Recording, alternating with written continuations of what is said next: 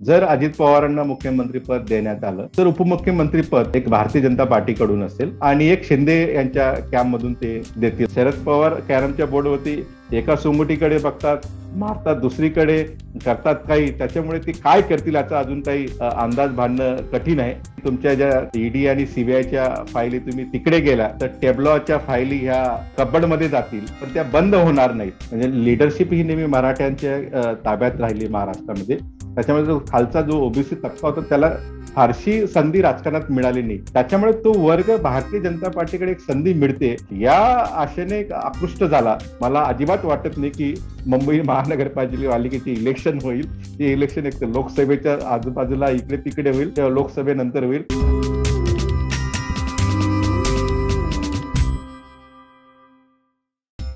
दशकवेद व महाराष्ट्रवेद या दोन गाजलेल्या सिरीजमधील 11 मुलाखती आता वाचकांना पुस्तक रूपात उपलब्ध. थिंकबँकचं व्हायटल संवाद हे पहिलं पुस्तक विकत घेण्यासाठी thinkbank.in या वेबसाईटला भेट द्या किंवा डिस्क्रिप्शनमध्ये दिलेल्या लिंकवरती क्लिक करा. जर का शरद पवार या सगळ्या घटनांना त्यांची संमती देणार नसतील तर मग या सगळ्या राष्ट्रवादीबद्दलच्या घडामोडींचं भवितव्य नक्की काय असेल, काय फक्त पेल्यातलं वादळ ठरेल? प्रफुल्ल पटेल यांची ईडी किंवा त्यांच्या मध्यंतरी त्यांची प्रॉपर्टी सुद्धा जप्त झाली होती. सुनील तटकरे यांना सुद्धा फ्रेश नोटीस आलेली आहे. हसन मुश्रीफ यांच्या चक्रा दिवसेंदिवस वाढलेल्या आहेत किंवा ते सेंट्रल एजन्सीच्या ऑफिसमध्ये जाताना दिसत आहेत.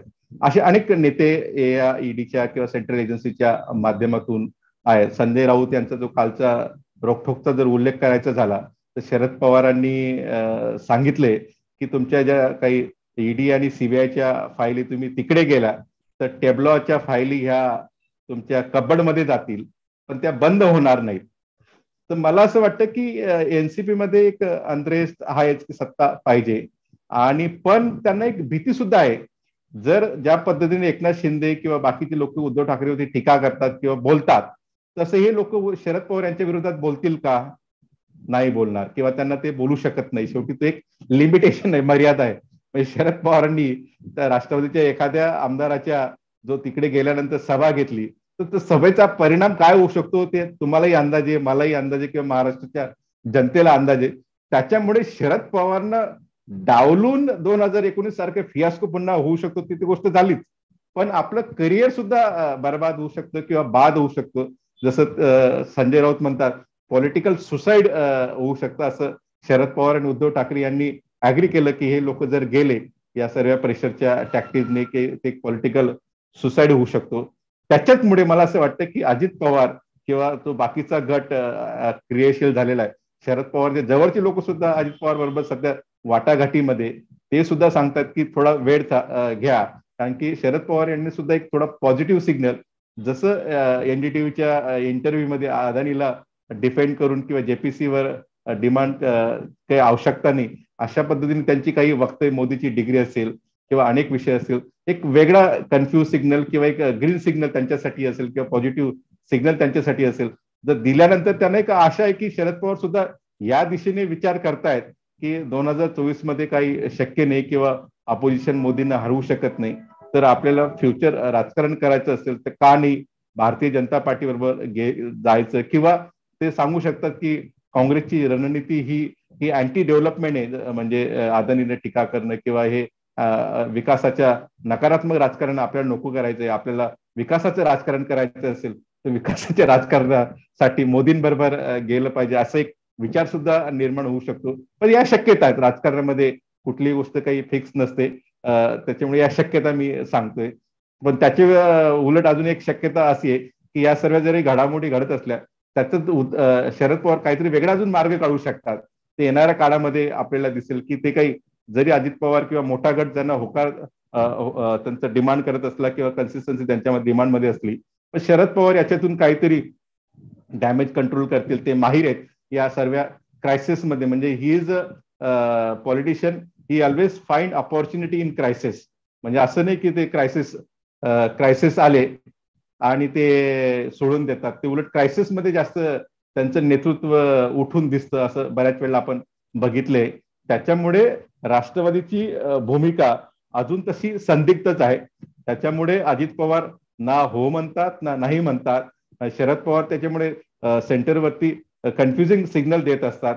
ते म्हणजे कोणाला कळत नाही. एकदा राज ठाकरे म्हटले होते, शरद पवार कॅरमच्या बोर्डवरती एका सोंगटीकडे बघतात, मारतात दुसरीकडे, करतात काही. त्याच्यामुळे ते काय करतील याचा अजून काही अंदाज बांधणं कठीण आहे.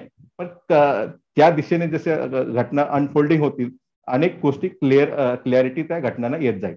तर या सगळ्याला लागणारा टाइम स्पॅन किती असेल? सर्वोच्च न्यायालयाचा निकाल, त्याची लोक वाट बघतायत का?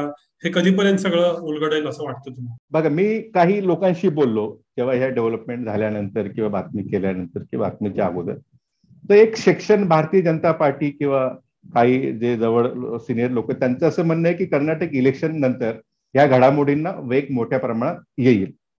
पण पर्सनली एज अ पॉलिटिकल पत्रकार म्हणून किंवा ऑब्झर्व्हर म्हणून मला असं वाटतं की सुप्रीम कोर्टात ऑलरेडी केस चालू आहे. जर केसचा रिझल्ट निगेटिव्ह येत असेल किंवा तशा पद्धतीने सिग्नल गेले असतील, मला असं वाटतं की ते सुप्रीम कोर्टाच्या निकालाची वाट बघणार नाही. त्याच्या अगोदर भारतीय जनता पार्टीला कधीच वाटणार नाही की सुप्रीम कोर्टाने त्यांच्या सरकारवरती ताशेरे ओढले आणि सरकार गेलं, नवीन सरकार आलं, शेवटी डॅमेज होतं. मला असं वाटतं की त्याच्या अगोदर ह्या घटना घडतील जर घडायच्या असल्या तर. आणि त्याच्यामुळे जरी आपलं सुप्रीम कोर्टाने ताशेरे ओढले, पण त्यावेळेला ज्या लोकांमध्ये ताशेरे ओढले ते लोकच सरकारमध्ये नसतील, म्हणजे त्या निकालालाच काही अर्थ उरणार नाही. म्हणजे त्यावेळेला ते डॅमेज काही होणार नाही. अशा पद्धतीने जर झालं तर त्याच्या अगोदर सुद्धा या काही घटना घडू शकतात. त्याच्या पद्धती तशीच हालचाली सुद्धा सुरू झालेल्या आहेत. ज्या काही आमदारांशी बोलतो त्यांचं तर असं म्हणणं की जेवढं लवकर होईल तेवढं आम्ही ती सुटका होईल, अशा पद्धती त्यांच्यामध्ये चर्चा आहे. पण शेवटी साहेबांना कन्व्हिन्स करू, मग पुढे जाऊ. त्याच्यामुळे त्याच्यावर विचार मंथन हे जोरदार पक्षामध्ये सुरू झालेले आहे. या सगळ्यामध्ये भाजपला नक्की काय मिळणार? सत्ता मिळवण्यासाठी ती सुद्धा 2.5 वर्ष पहिल्यांदा एक पक्ष फोडण्याच्या पाठीमागे होते असं परसेप्शन, त्यातनं आत्ता तयार झालेली निगेटिव्हिटी, इंडिया टुडेचा मूड ऑफ द नेशन सर्वेने जे आकडे दिले लोकसभेसाठी ते धक्कादायक असे होते. आणि आता परत पुढच्या 1-1.25 वर्षासाठी अजून एका पक्षा मध्ये फूट पाडून किंवा त्यातल्या लोकांना बरोबर घेऊन पुन्हा सत्ता स्थापन करण्याचा प्रयत्न, या सगळ्यातनं भाजपला काय गेलं? तुम्ही जर बघितलं भारतीय जनता पार्टीचे वाढ किंवा भारतीय जनता जो वाढला महाराष्ट्रामध्ये किंवा जो आहे, त्याला सुरुवातीला जसं आपण शेटजी भटजीचा पक्ष म्हणायचो, पण प्रमोद महाजन किंवा RSSचे जे होते त्यांनी माधव नावाचा फॉर्म्युला निर्माण करून जे वंजारी असतील, माडी असतील, धनगर असतील, ज्या निग्लेक्टेड कम्युनिटी होत्या महाराष्ट्रामध्ये राजकारणामध्ये, म्हणजे लिडरशिप ही नेहमी मराठ्यांच्या ताब्यात राहिली महाराष्ट्रामध्ये. त्याच्यामध्ये जो खालचा जो ओबीसी तबका होता त्याला फारशी संधी राजकारणात मिळाली नाही, किंवा मराठ्यांमधले जे खालचे मराठी सुद्धा होते त्यांना संधी मिळाली नाही. त्याच्यामुळे तो वर्ग भारतीय जनता पार्टीकडे एक संधी मिळते या आशेने एक आकृष्ट झाला.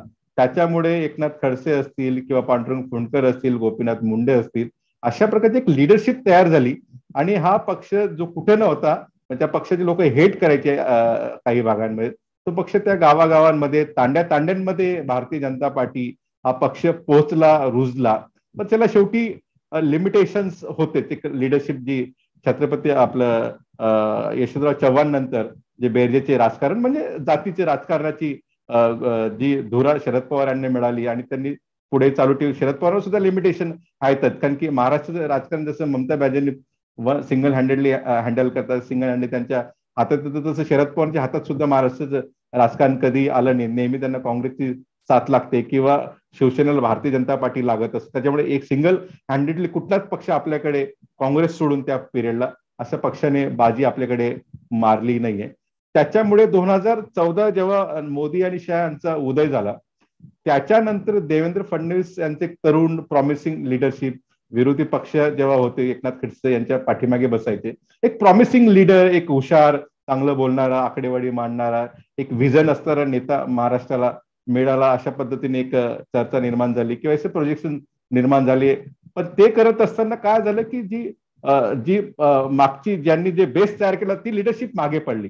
खडसे असतील, पंकजा मुंडे असतील किंवा जे बहुजन लोक होते ते मागे पडले आणि ब्राह्मणांकडे नेतृत्व गेले. त्याच्यामुळे थोडं अनरेस्ट बाकीच्या कम्युनिटीमध्ये जे भारतीय जनता पार्टीवर जॉईन झालं त्यांच्यामध्ये निर्माण झाला आणि त्याचाच फटका त्यांना बसत राहिला या सर्व या पक्षांना.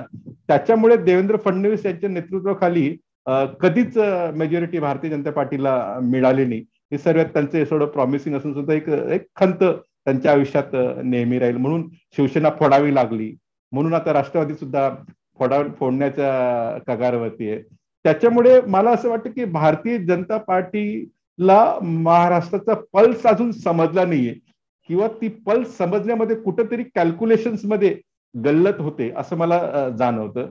भारतीय जनता पार्टीकडे बौद्धिक गोष्टी अनेक असतील, पण जो आपल्याकडचा सेन्स आहे राजकारणाचा किंवा लोकांचा, तो अजून ग्रॅब होण्यामध्ये त्यांना यश अजूनपर्यंत आलेलं नाहीये. एवढी सर्व्हिस केंद्राची ताकद असून, सर्व गोष्टी बाजूला असून सुद्धा येताना दिसत नाहीये.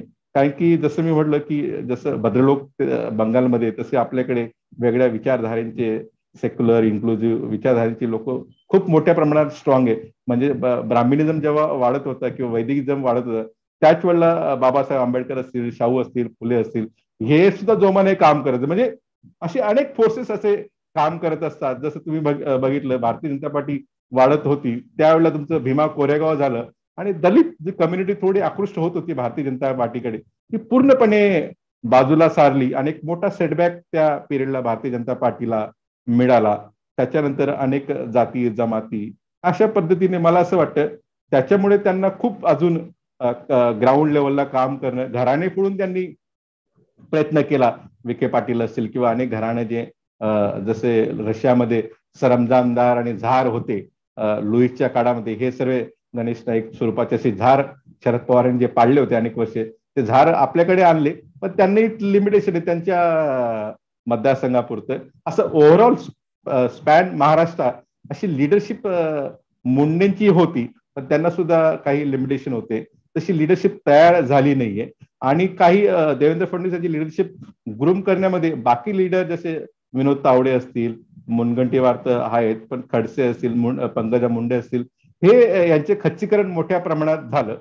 आणि कलेक्टिव्ह लिडरशिप मला वाटतं तो फोकस करण्याऐवजी त्यांनी वन मॅन लिडरशिप, जशी योगीची लिडरशिप त्यांनी तयार केली, त्याच्यामुळे ती लिडरशिप तिथे यशस्वी झाली, पण ती महाराष्ट्रात झाली नाही. मला असं वाटतं त्यांनी कलेक्टिव्ह लिडरशिपकडे जास्ती जर फोकस केला तर त्यांना यश जास्ती मोठ्या प्रमाणात मिळू शकतं. कारण की त्या कलेक्टिव्ह लिडरशिपमुळे काय असं variety of caste and communities you can accommodate किंवा यू कॅन हॅव टुगेदर. तर त्याच्यामुळे अनेक लोकांना आपण ह्या वर्गाबरोबर आहेत, आपण ह्या पक्षाबरोबर आहे, असा एक त्याच्यामध्ये धारणा तयार होते आणि तो पक्ष यशस्वी ठरतो. असं वन मॅन लिडरशिप आपल्याकडे ती अजून चालली नाही. ह्याच पार्श्वभूमीवर ही जी सगळी नवी अरेंजमेंट तयार होईल त्याच्यामध्ये नक्की काय असेल? म्हणजे अजित पवार आणि एकनाथ शिंदे हे दोन मराठा चेहरे एक प्रकारे या सरकारमध्ये असतील का नसतील? मग बावनकुळेंसारखं ओबीसी समाजाचं नेतृत्व असेल, आणि मग या सगळ्यामध्ये एकदा मुख्यमंत्री राहिलेले जरी एक हाती सत्ता आणू शकले नाहीत तरी दोन्ही वेळेला 100हून अधिक जागा ज्या भाजपच्या इतिहासात सर्वाधिक आहेत मिळवू शकणारे, पण जातीनं ब्राह्मण असणारे देवेंद्र फडणवीस, हे कसं एकमेकांचे कॅल्क्युलेशन बसेल आणि यातनं काय घडेल असं? जर आपण पहिली शक्यता कॅल्क्युलेशन करू, पहिली शक्यता आपण गृहीत धरली, जर अजित पवारांना मुख्यमंत्री पद देण्यात आलं तर उपमुख्यमंत्री पद मला वाटतं एक किंवा दोन उपमुख्यमंत्री असतील, एक भारतीय जनता पार्टीकडून असेल आणि एक शिंदे यांच्या कॅम्पमधून ते देतील, दोन उपमुख्यमंत्री पद देतील.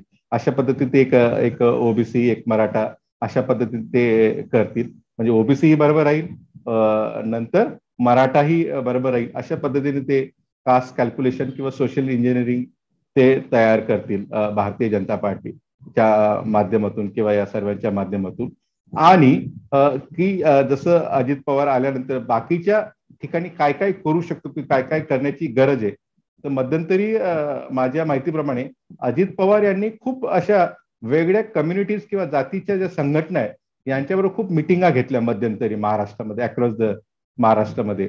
तर अशा पद्धतीने ते सर्व लोक, जसं मी म्हणतो कलेक्टिव्ह लिडरशिप, एक स्ट्रॉंग लीडर तयार करतील, पण त्याच्या आजूबाजूला जो जसं दहीहंडीचं एक साकडं असतं खाली मजबूत, तशा पद्धतीने एक कलेक्टिव्ह असे मेजर लीडर तयार करतील आणि त्याच्यावरती एक पक्ष उभा करतील आणि पुढचं यश संपादन करण्याचा प्रयत्न करतील. मोदी आणि शहा ते आहेतच, पण कलेक्टिव्ह लिडरशिप आणि अनेक जाती बरोबर घेऊन भारतीय जनता पार्टी पुढचं कार्य करेल. आणि त्याचं सुतवाच विनोद तावडेंना मध्यंतरी दिल्लीमध्ये इलेव्हेट करण्यात आलं. बावनकुळे यांना जरी त्यांना तिकीट नाकारण्यात आलं होतं त्या पिरियडमध्ये, नंतर त्यांना पक्षाध्यक्ष करण्यात आलं, तर अशा पद्धतीने लोकांना ते पुढे काय म्हणलं प्रमोट करतील आणि इन्क्लुझिव्ह वगैरे अशा पद्धतीने राजकारण करण्याचा प्रयत्न करतील अशी आशा करूया. या सगळ्यामध्ये देवेंद्र फडणवीसांचा भविष्यातला रोल काय असेल? मला असं वाटतं की देवेंद्र फडणवीस दिल्ली जाण्याची चर्चा त्यांची थोडी जोरात सुरू झालेली आहे. देवेंद्र फडणवीसचा सर्वात सर्वात सर्वात महत्वाचा प्लस पॉईंट आहे त्यांचं एज त्यांच्या बाजूने, त्यांचं वय कमी आहे, म्हणजे कम्पेअर टू अदर लिडर त्यांचं एज त्यांच्या बाजूने. त्याच्यामुळे आज जरी त्यांच्या प्रॉमिसिंग रोलमध्ये सध्या ते दिसत नसले, एक छोटस उदाहरण सांगतो. जर या मध्यंतरीच्या काळामध्ये अजित पवार यांची बोलणी सुरू होण्या अगोदर विखे पाटलांचं नाव चर्चेमध्ये खूप मोठ्या प्रमाणात आलं होतं मुख्यमंत्री म्हणून. जर विखे पाटील दुसऱ्या पक्षातून येऊन त्यांना रेव्हेन्यू मिनिस्ट्री अमित शहा यांनी बहाल केली आणि त्यांचं नाव सीएम म्हणून चर्चेत येतं आणि तिथे देवेंद्र फडणवीस यांचं नाव चर्चेत येत नसेल, ही सुद्धा एक ऑब्झर्व करण्याची गोष्ट आहे किंवा ही गोष्ट सुद्धा अनेक गोष्टी सांगून जातं. मला असं वाटतं त्याच्यामुळेच देवेंद्र फडणवीस हे उपमुख्यमंत्री किंवा सेकंड फिडल रोल प्ले करण्यामध्ये उत्सुक नव्हते. जेव्हा हे नवीन सरकार बनलं तर त्यांना माहिती होतं जेव्हा एकदा एखाद्या वेळेला आपण जेव्हा सेकंड फिडल रोल हातात घेतो त्यावेळेला बऱ्याच वेळेला तो रोल कंटिन्यू राहतो. तसंच अजित पवारचं झालेलं आहे आतापर्यंत. ते नेहमी डीसीएमच राहिले, ते मेजर रोल त्यांना कधी मिळाला नाहीये आणि त्याच्यामुळे ते उत्सुक नव्हते. त्यांना माहिती जर आपण पक्षाची धुरा घेतली किंवा बाहेरून राहिलं तर आपण जास्ती उठून दिसू किंवा आपल्यावरती एक लिमिटेशन किंवा आपण कंप्रेस नाही होणार आपली लिडरशिप. त्याच्यामुळे ते उत्सुक नव्हते, पण शेवटी पार्टीचा निर्णय होता आणि त्यांनी तो ऍक्सेप्ट केला. त्याच्यामुळे विखे पाटलांचं नाव सीएम म्हणून चर्चेत येतं, देवेंद्र फडणवीसांचं नाव चर्चेत येत नाही, ह्या खूप गोष्टी सांगून जातात. त्याच्यामुळे मला असं वाटतं की त्यांना इनफ टाइम देऊन इनफ ऑपॉर्च्युनिटी महाराष्ट्रात दिल्या असं केंद्राच्या नेतृत्वाने त्यांना वाटत असेल. त्याच्यानंतर त्यांचं इलिव्हेशन आता काही काळामध्ये किंवा येणाऱ्या भविष्य काळामध्ये दिल्लीमध्ये एक मेजर पोर्टफोलिओ देऊन होऊ शकतं आणि त्यांना दिल्लीमध्ये ग्रूम केलं जाऊ शकतं की महाराष्ट्रात आता सीएम होते, डीसीएम होते, आता सेंटरमध्ये काही मोठ्या प्रमाणात रोल प्ले करण्याची त्यांना संधी देण्यात येऊ शकते किंवा भविष्यामध्ये त्यांच्या लाईनीमध्ये राहू शकतात. मोदी नंतर अमित शहा असतील किंवा बाकीच्या लोकांच्या लाईनीमध्ये पीएम की जी कतार असते त्या कतारमध्ये ते उभे राहू शकतात. या सगळ्यामध्ये जातीय समीकरणं आणि महाराष्ट्राचं जातीय इक्वेशन्स ह्यानं ओव्हरप्ले केलं का सगळ्यांच्याच एकूणच राजकीय प्रवासाला आणि अम्बिशन्सना, असं वाटतं का तुम्हाला? राजकारणामध्ये कुठलाही एक फॅक्टर हा प्ले करत नाही. राजकारणामध्ये मल्टिपल गोष्टी मल्टिपल लेवलला घडत असतात आणि त्याचा इम्पॅक्ट हा होत असतो. जात हा फॅक्टर आहे, म्हणजे आपण किती म्हटलं जात ही काही जाणारी गोष्ट नाही. म्हणजे शाहू फुले आंबेडकर यांनी खूप मोठं काम केलं तरी त्या गोष्टी आज समाजामध्ये आहेत, ते आपण ऍक्सेप्ट केल्या पाहिजे आणि त्याच्यानुसार त्याचा रिफॉर्म करण्यासाठी किंवा लोकांच्या काही गोष्टी असतील त्या मनामधून काढून घेण्यासाठी ते आपण काम केलं पाहिजे. या गोष्टी आहेत.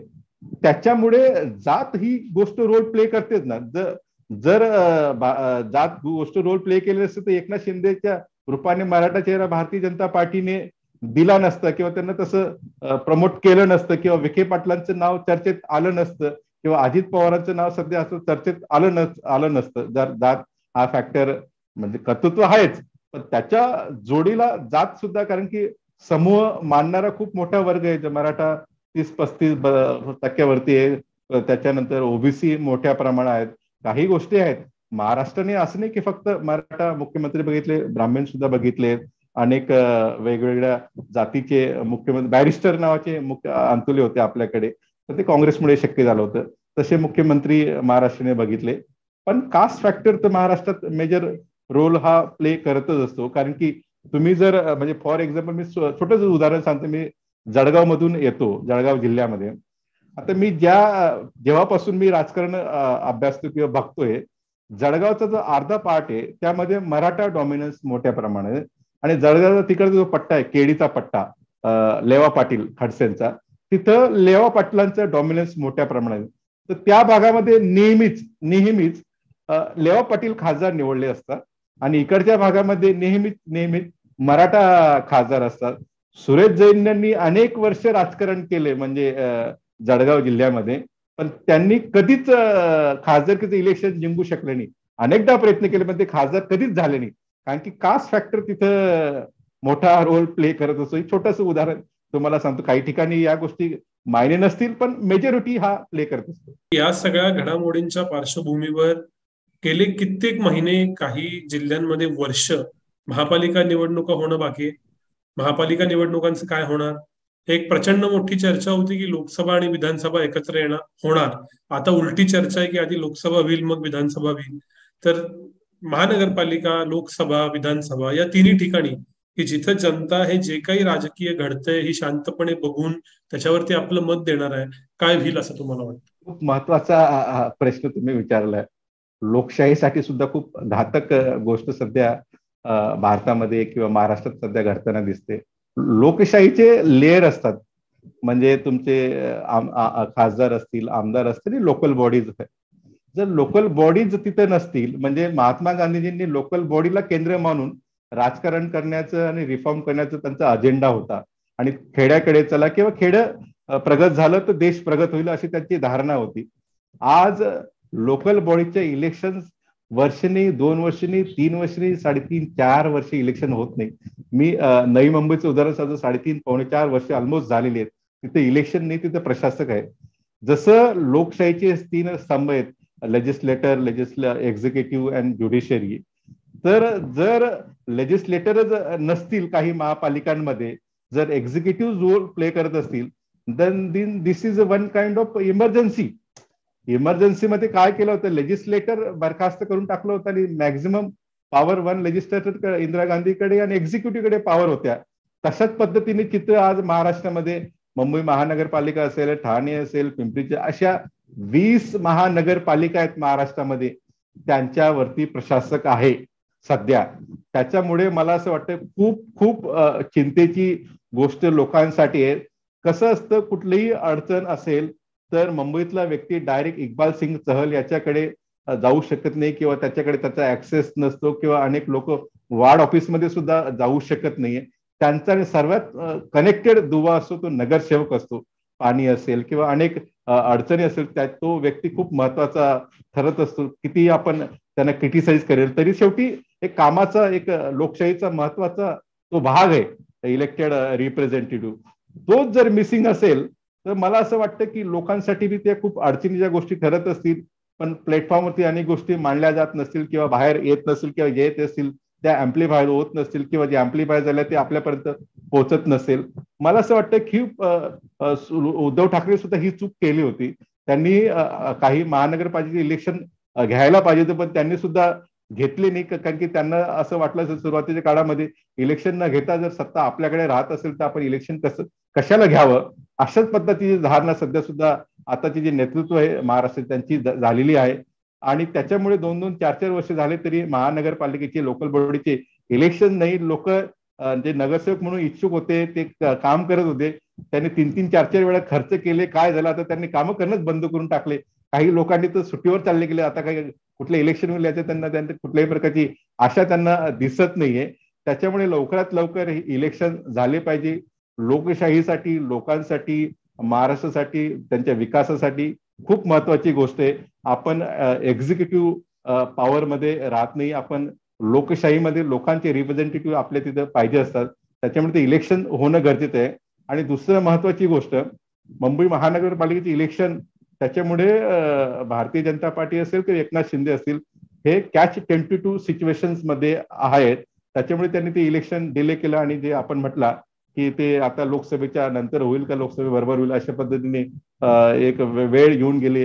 काही महिन्यापूर्वीच मला एक खूप सिनियर पार्टीच्या नेत्याने तेच हा प्रश्न विचारला, तुम्हाला काय वाटतं इलेक्शन होईल का? मी तेव्हा तुम्ही जे बोलला तेच बोललो होतं. मला अजिबात वाटत नाही की मुंबई महानगरपालिकेचे इलेक्शन होईल. हे इलेक्शन एक तर लोकसभेच्या आजूबाजूला इकडे तिकडे होईल किंवा लोकसभेनंतर होईल. कारण की हे इलेक्शन एक महाराष्ट्राच्या राजकारणाचे टेम्पलेट सेट करू शकते. त्याच्यामुळे ते इलेक्शन करण्याच्या मनस्थितीमध्ये इथलं नेतृत्व नाही, कुठलंच नेतृत्व सध्या दिसत नाही. आणि न करता सऱ्या पॉवर गल्लोगल्ली लाईट आपल्याला लावता येत असतील तर मग कशाला इलेक्शन पाहिजे, अशा पद्धतीची परिस्थिती. पण खूप दुर्दैवी आणि खूप धोक्याची गोष्ट आहे. आणि सर, लोकसभा विधानसभा त्या एकत्र होतील का वेगळ्या होतील? बघा, याच्यामध्ये आता हा जो अजित पवार फॅक्टर पुन्हा इमर्ज झाला आहे. मध्यंतरी त्यांनी हिंदूने बातमी केली होती की ते की एकत्र होण्याचं महाराष्ट्राच्या नेतृत्वाने त्यांना प्लॅन सबमिट केला होता की ते हेल्प होईल मोदींच्या नेतृत्वाखाली वरून खाली सर्व एकाच पक्षाला मतदान होईल आणि 3 पक्ष असल्यामुळे त्यांचे कन्फ्युजन राहील आणि त्याचा फायदा आपल्याला होऊ शकतो. पण अजित पवार फॅक्टर जर रोल प्ले करायला लागला, शक्यता आहे, आपण काही ज्योतिषी नाही, ज्योतिषी सुद्धा काही कोणाचं खरं ठरत नाही, जर हा रोल प्ले करायला लागतं मला असं वाटतं मग ते अजित पवारला वेळ सुद्धा देतील. Let him give the time, long rope सुद्धा ते देऊ शकते की लेट ड्युरेशन कम्प्लीट करू देऊ शकतात, एक चांगली इमेज, अनुभव वगैरे या गोष्टीवर पकड निर्माण करून किंवा एक काम करणारं सरकार जसं एकनाथ शिंदे म्हणतात पण तशी इमेज निर्माण झाले नाही. पण अजित पवार ते वेगळे, त्यांचे काम करण्याची हातोटी किंवा अनेक गोष्टी वेगळ्या आहेत. लोकांना काही लोक आवडत नाही पण काही लोकांना खूप आवडतात सुद्धा. म्हणजे many people extremely hate him and many people extremely love him also. अशा पद्धतीची त्याची लिडरशिप, त्याच्यामुळे त्यांना एक लॉंग रोप देऊ शकतात. त्याच्यामुळे मला नाही वाटत तेव्हा ते एकत्र इलेक्शन घेतील. जर अजित पवार फॅक्टर चालला किंवा काम करताना न दिसला तर मग ते शक्यता घेऊ शकतात. याचा अर्थ खूप शक्यतांचा खेळ आहे.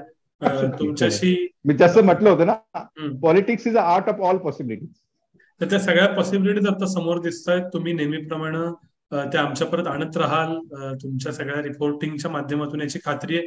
तर तुम्ही वेळ दिलात, गेले कित्येक वर्ष इंग्लिश प्रिंटमध्ये काम करत असूनही मराठीमध्ये व्हिडिओ स्वरूपात मुलाखत दिलीत आणि तुमचे सगळे इन्साइट्स आम्हाला सांगितलेत. त्याबद्दल थिंक बँक कडून तुमचे खूप खूप आभार. बदलत्या राजकीय घडामोडींनुसार परत परत भेटत राहू, पण आज इथंच थांबूया. धन्यवाद.